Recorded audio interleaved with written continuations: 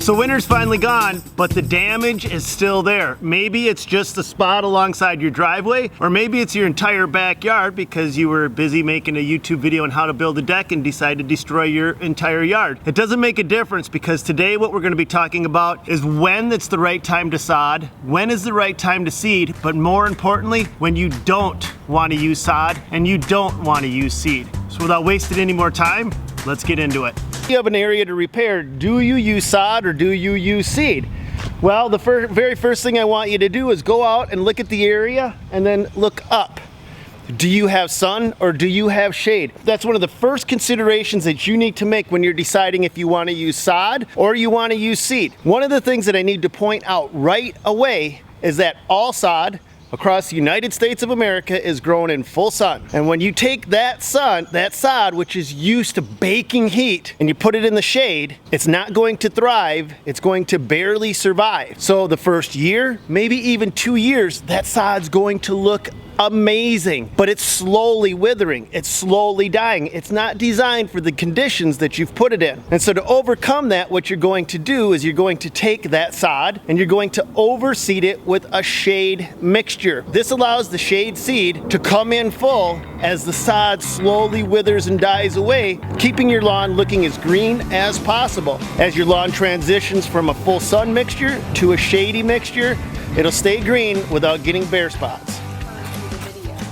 Yeah. So we'll make it some sort of downloadable content. Yeah. So the reason we're cutting this edge in is? We're cutting the edge in because we want to make sure that the new sod, the thickness of the new sod, sits level with the existing sod. If we don't cut this edge, the new sod's going to be raised above the surface and it's just ugly. This makes it nice and clean and crisp when it's finished. Does he have an irrigation system? He does. All right, he has an irrigation system. Here's the dealio. He's got an irrigation system. We would recommend digging this down a little bit deeper to install a layer of black dirt underneath the sod. It's just going to enrich the sod in that area. But because he's going to be, we already know he waters daily. It's going to be enough water to compensate. And the sod has its own black dirt that comes with it. The's right. Sod is already growing in its own medium from the farm. So for the first several weeks, the sod roots are not even growing into this earth. They're still in their soil that they came with from the farm. So as those roots get healthier and stronger, they penetrate into the earth. Number one rule I can tell you guys about sod is don't take it, put it into a shady area and expect it to look good long term. It's not magic, it's just grass. You can get good long term results by overseeding it, but that extra step must be taken to ensure that you get the best possible long term results. So now we've talked about where you can lay sod, and maybe you need to take a few extra steps if you wanted to use it in a shady area like this, but let's talk about when is the best time of the year to lay sod. The best time of the year to lay sod is in the early spring or the late fall, as late as possible or as early as possible. Let me give you a few professional tips. The fall is the absolute best time because you can set it and forget it. Meaning that if you can lay fall possibly in October or even November, or sometimes I've laid it in December, you can roll that sod out and it's dormant. So you don't have to water it, you don't have to maintain it, it's already in a state of dormancy, meaning that it's ready to go to sleep for the entire season. And then in the next spring, after the snowpack melts, it's automatically getting watered. And then the spring rains will come in and take care of all of the maintenance for you. Now that's a pro tip you can count on. I have actually laid sod in a snowstorm. I have had to take a propane heater and thaw sod rolls out because they've frozen like Tootsie Rolls. After I've thawed them out, rolled them out, I've had the best results of any sod job ever. And the customer had the least amount of work. So Who's your good girl? Who's your good girl? Are you such a good girl? Are you such a good girl? Yes, you're such a good girl. Hello. Hi. Okay, that's good. Okay, that's, yes, I brushed my teeth. I did. All right, let's talk about one of the worst times of the year to lay sod, and that's in July or August, because the scorching heat of the summer can quickly burn and bake your sod. It's kind of like a fox that has its winter coat in the middle of the summer. It just doesn't work very well. Go ahead, you go run. You go run. Okay, goodbye. if you do have to lay sod during those times of the year, it's going to take extra maintenance and extra steps to make sure that you have extra good results. Is that right, Storm? Yes, you're a good girl. So one of the things that you can do is if you lay sod during that time of the year is to go out and get yourself a cheap digital thermometer and to test the temperature of the soil beneath the sod. And that is as simple as flipping the sod up, taking a reading of the soil beneath it, and making sure that it stays cool and moist. If you notice that that temperature is heating up, it's going to quickly fry out your sod. One of the things that you can do to protect your sod is to do a heavy watering schedule. Heavier than you would if you had to do it in the spring or fall. That water will keep your sod cool, moist, and hopefully alive during the heat of the summer. I think somebody wants to go out with me. Somebody's waiting at the door. Come on. Come on, Storm. Get out of there now. What are you doing?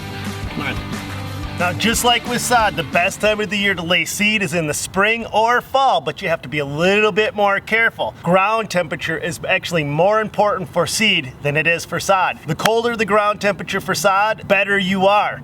But it's the reverse for seed. Again, this handy little digital thermostat or thermometer is going to tell you whether it's right or the wrong time of the year. If you aim this at the ground and it doesn't read 50 degrees Fahrenheit or more, don't bother seeding, it won't germinate. I've actually seen people lay seed on top of snow. I call that bird food. But they seem to think that it would come back to life in the spring, which it will. But the pattern that you lay it down is as important as the time of the year when you lay it down.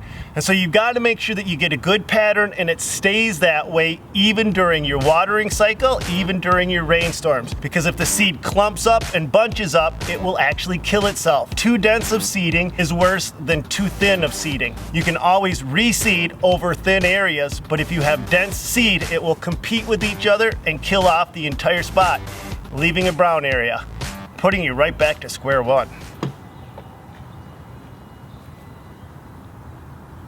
And that's Frankie working in the background.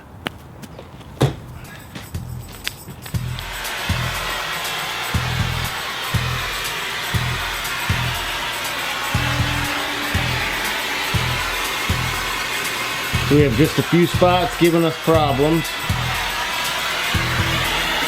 This one's there. And one over here.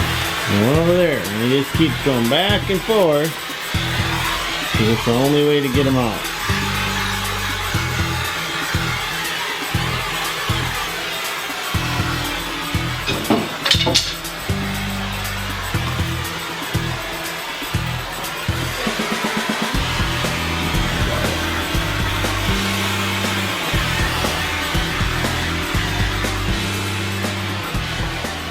Maybe you've decided that you want to do one or the other. Something else that I want to bring to your attention is what is going to be the color of the grass that you want to grow.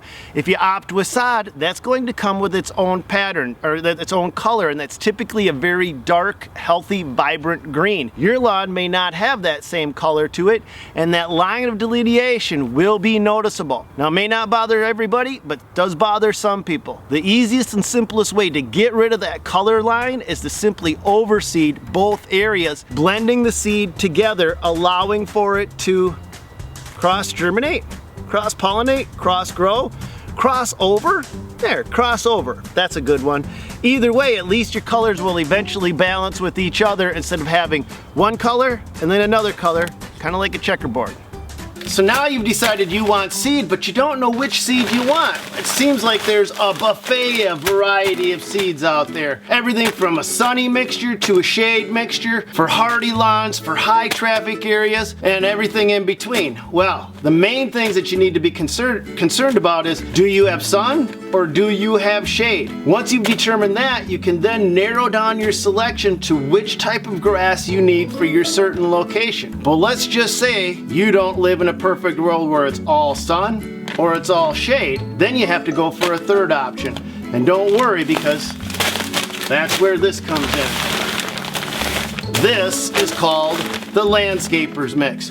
This is a combination of grass seed for shady areas and sunny areas, all in one bag, everything that you need to know to cover your entire lawn. This is designed to allow landscapers to go from one job site to the next job site to the next job site and not have to pick and choose between different types of grass seed, but to still get good results. What will happen with a landscaper's mix is one seed will dominate, and that will be the seed that's right for that area of your lawn. There's enough variety in the ingredients on a landscaper's mix that will cover just about any condition you can throw at it. And let me show you what I mean. Every bag of grass seed has the ingredients, has what's inside of the mix. On this sunny mix, you're going to notice that it has ryegrasses. Let me see if I can get this to focus for you guys. So your typical sunny mix will have almost the same seeds that your shade mix will have, except it'll have a little higher concentration of Kentucky bluegrass. The landscaper's mix will have all of that put together. So if you don't know which seed to grab for your area, grab the one that will grow just about anywhere. It even says, grows best in full sun to light shade, fast starting, and it blends well with other grasses. This is your one-stop shop of grass seed. It's the landscaper's mix, and you can use just about any name brand. This one happens to be something, something, something. I don't even know what name brand this one is, and it doesn't make a difference. They can come in 25, 50-pound gunny sacks. The quality is just about the same across the board when you go to this type of a mix. Hope that helped you out. All right, here's a fact, guys. Now, I know this was the tip of the iceberg, and if you want more help than what you've gotten out of this video, simply go to the comments down below, because there are a lot of guys that watch this video, and they are going to have some insanely awesome advice that they're going to be giving you down below. So make sure that you read through those comments, because there's going to be tips and tricks that you'll be able to pick up that'll help your job be more successful. I hope this video has helped you guys out. If it has, give me a big thumbs up, give me a comment, let me know what you thought of it. And now you should be able to go out and make a better decision whether you need sod, whether you need shade, and when you don't want one or the other.